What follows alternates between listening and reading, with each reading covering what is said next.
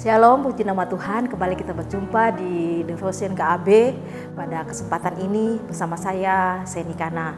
Sebelum kita mulai pada renungan ini, sama-sama kita berdoa. Bapa Surgawi, terima kasih untuk kasih setiamu yang kau nyatakan di hidup kami. Kalau kami ada sampai saat ini semua karena anugerah-Mu. Pada kesempatan ini kami akan mendengarkan renungan singkat kebenaran firman-Mu. Biarlah setiap kebenaran yang hamba sampaikan boleh menguatkan, meneguhkan semua umat-Mu Tuhan yang menyaksikan renungan pada saat ini. Di dalam nama Tuhan Yesus kami berdoa. Haleluya. Amin. Puji Tuhan. Pada kesempatan ini renungan firman Tuhan saya berikan tema yaitu penyertaan Tuhan di setiap aspek hidup kita. Ada banyak hal yang terjadi dalam kehidupan kita, tetapi sadari bahwa Tuhan tetap beserta dengan kita karena Dia Immanuel. Ayat firman Tuhan saya ambil di dalam Mazmur pasal 23 ayat yang keempat. Ini Mazmur Daud, dia berkata begini, "Sekalipun aku berjalan dalam lembah kekelaman, aku tidak takut bahaya sebab Engkau besertaku. Gadamu dan tongkatmu itulah yang menghibur aku." Daud menegaskan bahwa sekalipun aku berada dalam lembah kekelaman, dalam terjemahan lain, versi lain mengatakan bahwa sekalipun aku berada dalam lembah bayang-bayang maut, berarti segala hal yang gelap menimpa kehidupannya, dia percaya bahwa Tuhan beserta dia. Dia tidak takut bahaya sebab Tuhan beserta dia. Nah, pada kesempatan ini saya mau sampaikan kepada kita bagaimana Tuhan menyertai Daud, penyertaan Tuhan yang luar biasa dalam kehidupannya. Kalau saya urutkan, ada banyak hal yang terjadi dalam kehidupan Daud. Ada fakta-fakta yang Alkitab catat bagaimana Tuhan menyertai Daud. Yang pertama, Tuhan memilih Daud sebagai Raja Israel sekalipun dia pada waktu itu masih muda belia. Saya bacakan ayatnya, ada di 1 Samuel 16 ayat 11 sampai 13. 1 Samuel 16 ayat 11 sampai 13 Alkitab berkata begini. Lalu Samuel berkata kepada Isai, "Inikah anakmu semuanya?"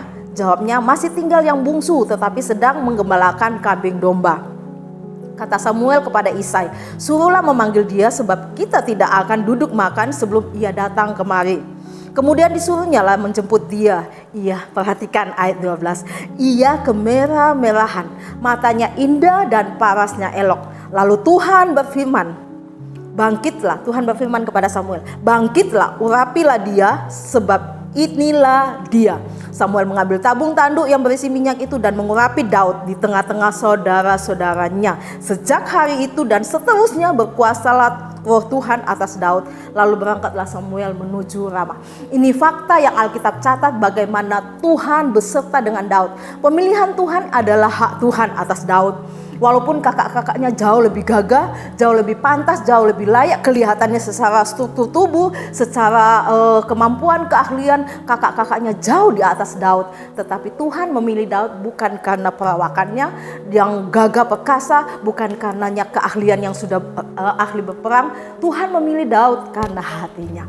Bapak, Ibu, Saudara yang dikasihi oleh Tuhan kita Yesus Kristus. Ini fakta pertama, bagaimana Tuhan menyertai Daud. Nanti kita akan lihat fakta keduanya.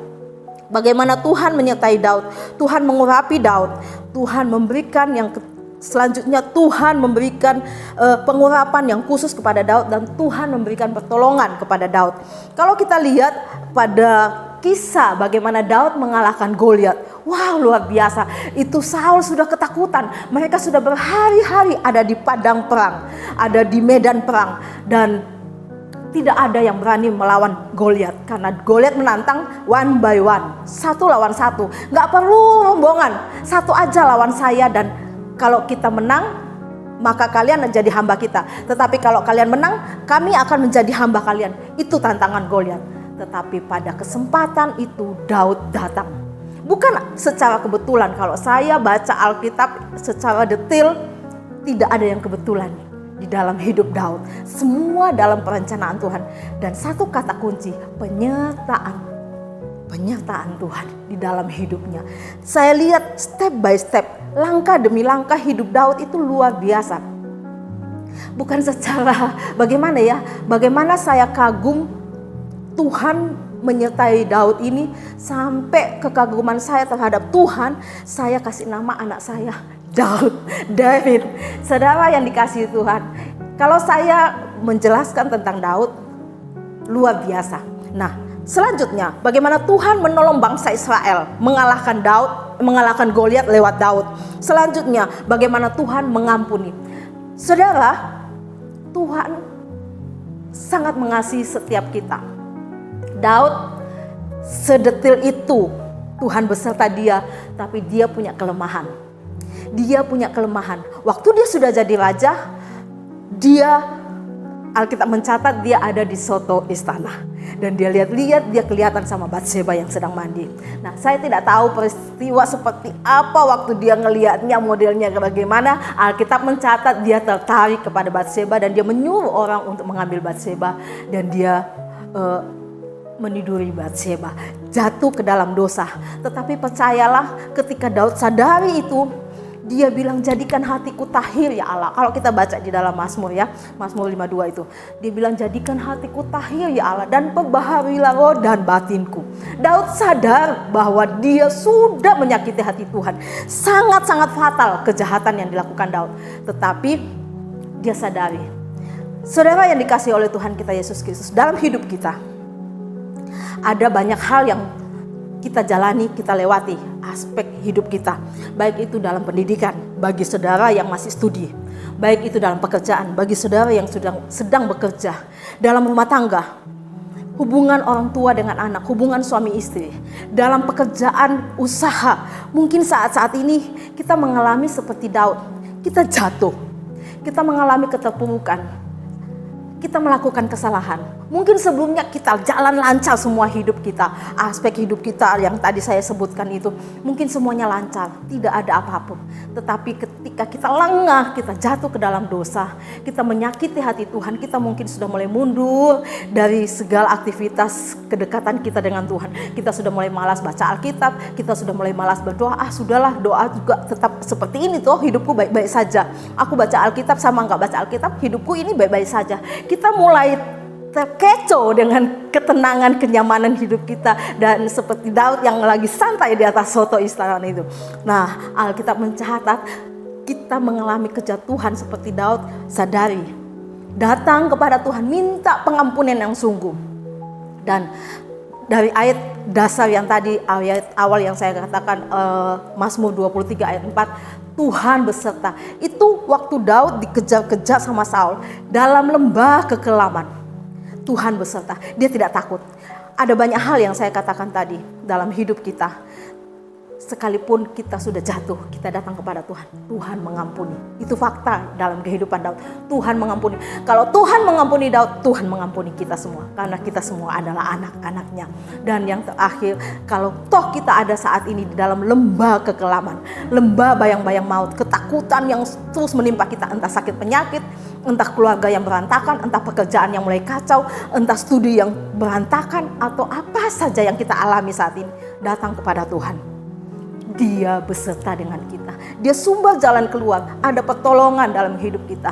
Ingat, kalau Tuhan melawat setiap kita, kalau Tuhan beserta dengan kita, maka apapun yang kita hadapi, serahkan kepadanya. Alkitab berkata, serahkanlah hidupmu kepadanya, maka ia akan menyelesaikan segala persoalan. Dia akan menjadi terang dalam kehidupan kita. Dia akan menuntun kita. Saudara yang dikasihi oleh Tuhan kita Yesus Kristus, Daud taat. Daud bijaksana, dia penuh kasih sayang, dan dia menerima pengampunan karena dia datang kepada Tuhan. Dalam ketaatannya, dalam keterpurukannya, dia sadari bahwa Tuhan yang beserta dia. Jadi apapun situasi kita, mungkin saat ini kita lagi getol-getolnya iring Tuhan, tetap dekat dengan Tuhan.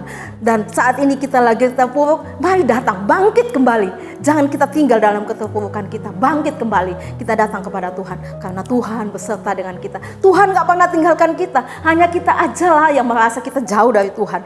Sesungguhnya dia tetap beserta dengan kita. Dan yang terakhir, penyertaan Tuhan menunjukkan kepada kita, penyertaan Tuhan kepada Daud menunjukkan kepada kita bahwa siapapun kita, Tuhan tetap mau beserta dengan kita karena dia kasih adanya.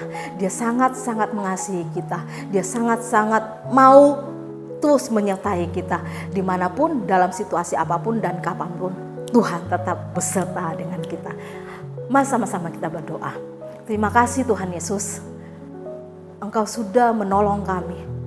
Mungkin ada anak-anak-Mu saat ini yang sedang mengalami hal yang terpuruk seperti Daud.